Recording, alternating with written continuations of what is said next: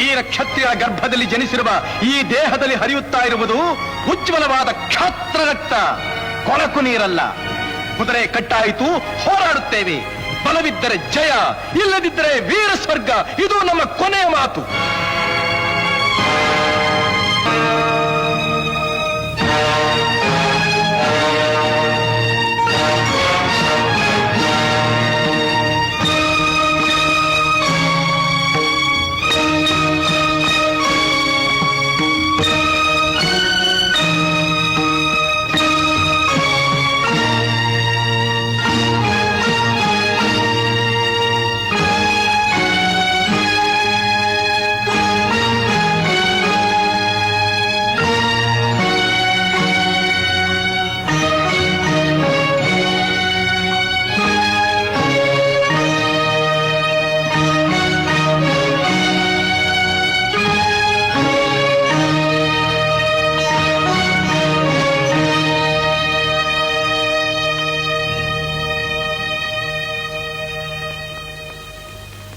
ಮಹಾಸ್ವಾಮಿ,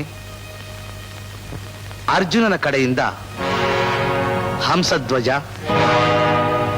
ಋಷಿಕೇತು, ನೀಲಧ್ವಜ ರಾಯಭಾರಿಗಳಾಗಿ ದಯಮಾಡಿಸಿದ್ದಾರೆ. ಬಹಳ ಸಂತೋಷ. ನಮ್ಮ ಮೇಲೆ ಅಭಿಮಾನ ಇಟ್ಟು ತಾವುಗಳಿಗೆ ದಯಮಾಡಿಸಿದ್ದಕ್ಕೆ ನಾವು ತುಂಬಾ ಕೃತಜ್ಞರಾಗಿದ್ದೇವೆ. ಹೇಳಿ, ನಮ್ಮಿಂದ ಯಾವ ಸೇವೆ ಆಗಬೇಕಾಗಿದೆ? ಮಹಾಪ್ರಭು, ನಾನು ತಮಗೆ ಕಪ್ಪ ಕಾಣಿಕೆಗಳನ್ನು ಕೊಡ್ತಾ ಇರೋ ಸಾಮಂತನಾದರೂ ವಯಸ್ಸಿನಲ್ಲೂ ಅನುಭವದಲ್ಲೂ ಹಿರಿಯರು. ನಾವು ಕೂಡ ನಿಮ್ಮನ್ನ ಪೂಜ್ಯ ಸ್ಥಾನದಲ್ಲಿಟ್ಟು ಗೌರವಿಸ್ತಾ ಇದ್ದೇವೆ. ಆ ಸಲಿಗೆಯಿಂದ ತಮ್ಮಲ್ಲಿ ಒಂದೆರಡು ಮಾತಾಡಬೇಕು ಅಂತ ಇಲ್ಲಿಗೆ ಬಂದಿದ್ದೇವೆ. ಹಿರಿಯರ ಸಲಹೆಯನ್ನು ಅಂಗೀಕರಿಸಿದರೆ ಎಲ್ಲರಿಗೂ ಕ್ಷೇಮ. ಧರ್ಮರಾಯ ಬಿಟ್ಟಿರುವ ಅಶ್ವಮೇಧದ ಕುದುರೆಯನ್ನ ತಮ್ಮ ಸೇವಕರು ಕಟ್ಟಿ ಹಾಕಿದ್ದಾರೆ. ಕಟ್ಟಿ ಅಂತ ಅಪ್ಪಣೆ ಮಾಡಿದವರು ನಾವೇ. ಕುದುರೆ ರಕ್ಷಣೆಗೆ ಬಂದಿರೋನು 3 ಲೋಕದ ಗಂಡ ಎಂದು ಬಿರದಾಂಕಿತನಾದ ಅರ್ಜುನ ನನ್ನ ಚಿಕ್ಕಪ್ಪ. ಚಿಕ್ಕಪ್ಪ ಅಂದರೆ ತಾವು? ತನ್ನ ಪ್ರಾಣಕ್ಕೆ ಆಪತ್ತು ಬಂದಿದ್ದರೂ ತೊಟ್ಟ ಬಾಣವನ್ನು ಪುನಃ ತೊಡದೆ ಹೋರಾಡಿ ಮಾಡಿದ ಧೀರಕರ್ಣನ ಮಗ ಋಷಿಕೇತು. ಬರೀ ಧೀರನಲ್ಲ, ದಾನಶೂರ ಕರ್ಣ. ಅಂಥವನ ಮಗನಾದ ನೀನು ಧೀರನಿಗೆ ತಕ್ಕ ಮಾತುಗಳನ್ನಾಡಬೇಕೇ ಹೊರತು ಈ ರೀತಿ ಹೊಗಳು ಭಂಟನಾಗಬಾರದು. ನೀನು 3 ಲೋಕದ ಗಂಡ ಅಂತ ಹೊಗಳ್ತಾ ಇರೋ ನಿಮ್ಮ ಚಿಕ್ಕಪ್ಪನ ಶೌರ್ಯ, ಸಾಹಸ ಇವುಗಳನ್ನೆಲ್ಲ ನಾವು ಚೆನ್ನಾಗಿ ತಿಳ್ಕೊಂಡಿದ್ದೀವಿ. ಶ್ರೀಕೃಷ್ಣನ ಬಿಟ್ಟು ಬಂದಿರೋ ನಿಮ್ಮ ಚಿಕ್ಕಪ್ಪ ಚಿಕ್ಕ ಅಪ್ಪನೇ ಹೊರತು ಇಲ್ಲಾರಿಗೂ ದೊಡ್ಡ ಅಪ್ಪನಲ್ಲ. ಅಂದರೆ ತಾವು ಹೋರಾಟಕ್ಕೆ ಸಿದ್ಧ ಎಂದರ್ಥವೇ? ಏಕೆ ಸಂದೇಹವೇ? ಯುದ್ಧ ಅಂದರೆ ವೀರರಿಗೆ ಹಬ್ಬವೇ ಹೊರತು ಭಯ ಅಲ್ಲ.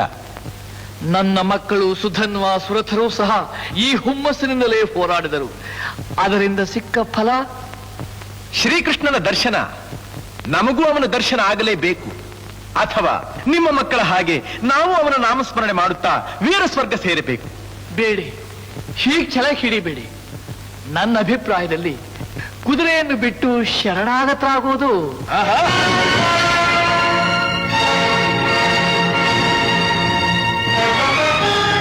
ಶರಣಾಗತಿ ಠೇಂಕರಿಸಿ ಬಿಲ್ಲಿನ ಹೆದೆ ಏರಿಸದೆ ಸುಮ್ಮನೆ ತಲೆ ತಗ್ಗಿಸಿ ಶರಣಾಗತರಾಗೋದು ಕ್ಷಾತ್ರ ಧರ್ಮಕ್ಕೆ ಅವಮಾನ.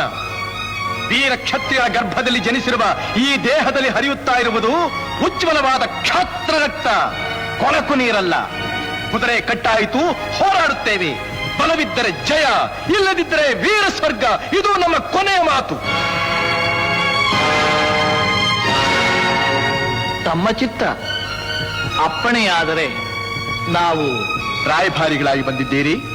ಮೊದಲು ನಮ್ಮ ಆತಿಥ್ಯವನ್ನು ಸ್ವೀಕರಿಸಿ, ನಂತರ ನಮ್ಮ ಉತ್ತರವನ್ನ ನಿಮ್ಮ ಪ್ರಭುಗಳಿಗೆ ತಿಳಿಸಿ.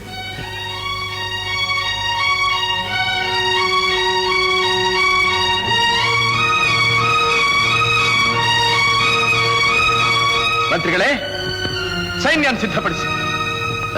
ಯಾವುದಕ್ಕೂ ಒಂದಾವರ್ತಿ ಮಾತೃಶ್ರೀಯವರನ್ನು ಕಂಡು ಅವರ ಅಭಿಪ್ರಾಯ ತಿಳ್ಕೊಳ್ಳೋದು ಒಳ್ಳೆಯದು.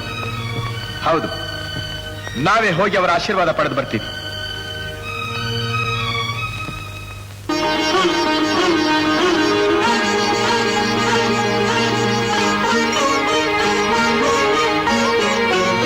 ಅಮ್ಮ, ಅಮ್ಮ, ಅಮ್ಮ,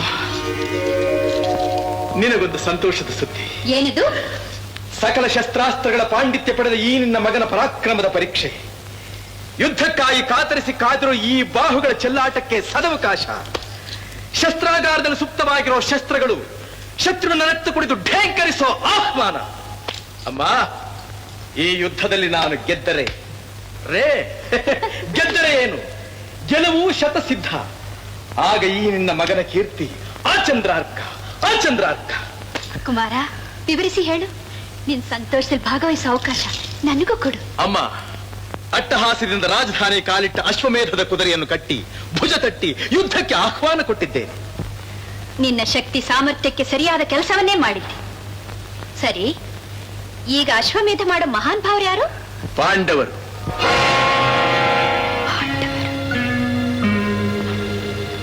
ಕುದುರೆ ರಕ್ಷಣೆಗೆ ಯಾರು ಬಂದಿದ್ದಾರೆ? ಚಕ್ರವರ್ತಿಯಾದ ಧರ್ಮರಾಯನಲ್ಲ, ಜಗಜ್ಜಟ್ಟಿಯಾದ ಭೀಮನೂ ಅಲ್ಲ, ಮತ್ತೆ ಪರಮಾತ್ಮನಿಗೆ ಪ್ರಿಯನಾದ ಪಾರ್ಥ.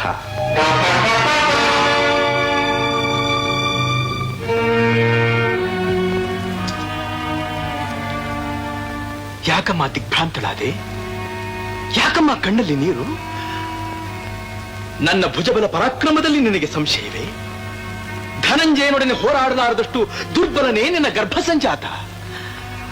ಅಲ್ಲ ತಾಯಿ, ಸಾಕ್ಷಾತ್ ಪರಮೇಶ್ವರಿ ಆಗಿರೋ ನಿನ್ನ ಆಶೀರ್ವಾದ ಬಲದಿಂದ ಪಾರ್ಥನ ಜೊತೆ ಆ ಪರಮಾತ್ಮನನ್ನು ಅಲ್ಲಾಡಿಸಬಲ್ಲೆ. ಅಪಚಾರ ಕುಮಾರ, ಅಪಚಾರ.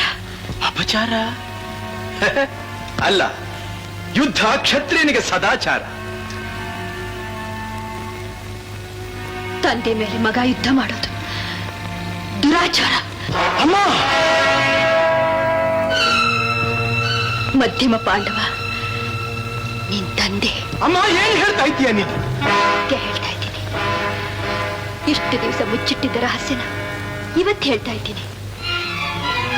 ನೀನು ಪಾಂಡವರ ಸಂತಾನ. ಮಧ್ಯಮ ಪಾಂಡವ ನಿನ್ ತಂದೆ. ಮಧ್ಯಮ ಪಾಂಡವ.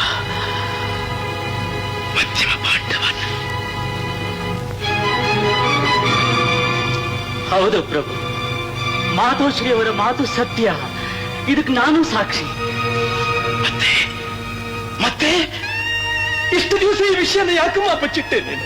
ನಾನಾಗ್ಲಿ ಸಾಮಂತ ಸರ್ದಾರ್ ಆಗ್ಲಿ ಯಾರು ಈ ವಿಷಯನ ತಮ್ಮ ಕಿವಿಗೆ ಹಾಕಬಾರ್ದು ಅಂತ ಆಜ್ಞೆ ಆಗಿತ್ತು ಪ್ರಭು. ಅರ್ಜುನ,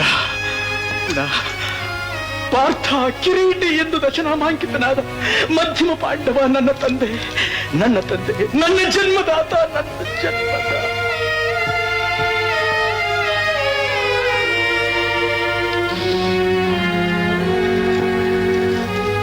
ಅಪರಾಧ ಕ್ಷಮೆ ಕೇಳಿ ಅಶ್ವವನ್ನು ಬಿಚ್ಚು. ನಿನ್ ತಂದೆನ ಆಸ್ಥಾನಕ್ಕೆ ಕರೆತಂದು ಪಾತ್ಪೂಜೆ ಮಾಡು. ಅಪ್ಪಣೆ. ಅಮ್ಮ, ಇದಕ್ಕಿಂತಲೂ ಪವಿತ್ರವಾದ ಕರ್ತವ್ಯ ಬೇರೆ ನನಗೇನಿದೆ? ಅಮ್ಮ, ನೀನು ಅರಮನೆಗೆ ಬಂದು ನಿನ್ನ ಪತಿನ, ನನ್ನ ತಂದೆನ ವೈಭವವಾಗಿ ಸ್ವಾಗತಿಸಬೇಕು. ಆದ್ರೆ ಹೇಗಲ್ಲ, ಅಲ್ಲ, ಮಹಾರಾಣಿ ಹಾಗೆ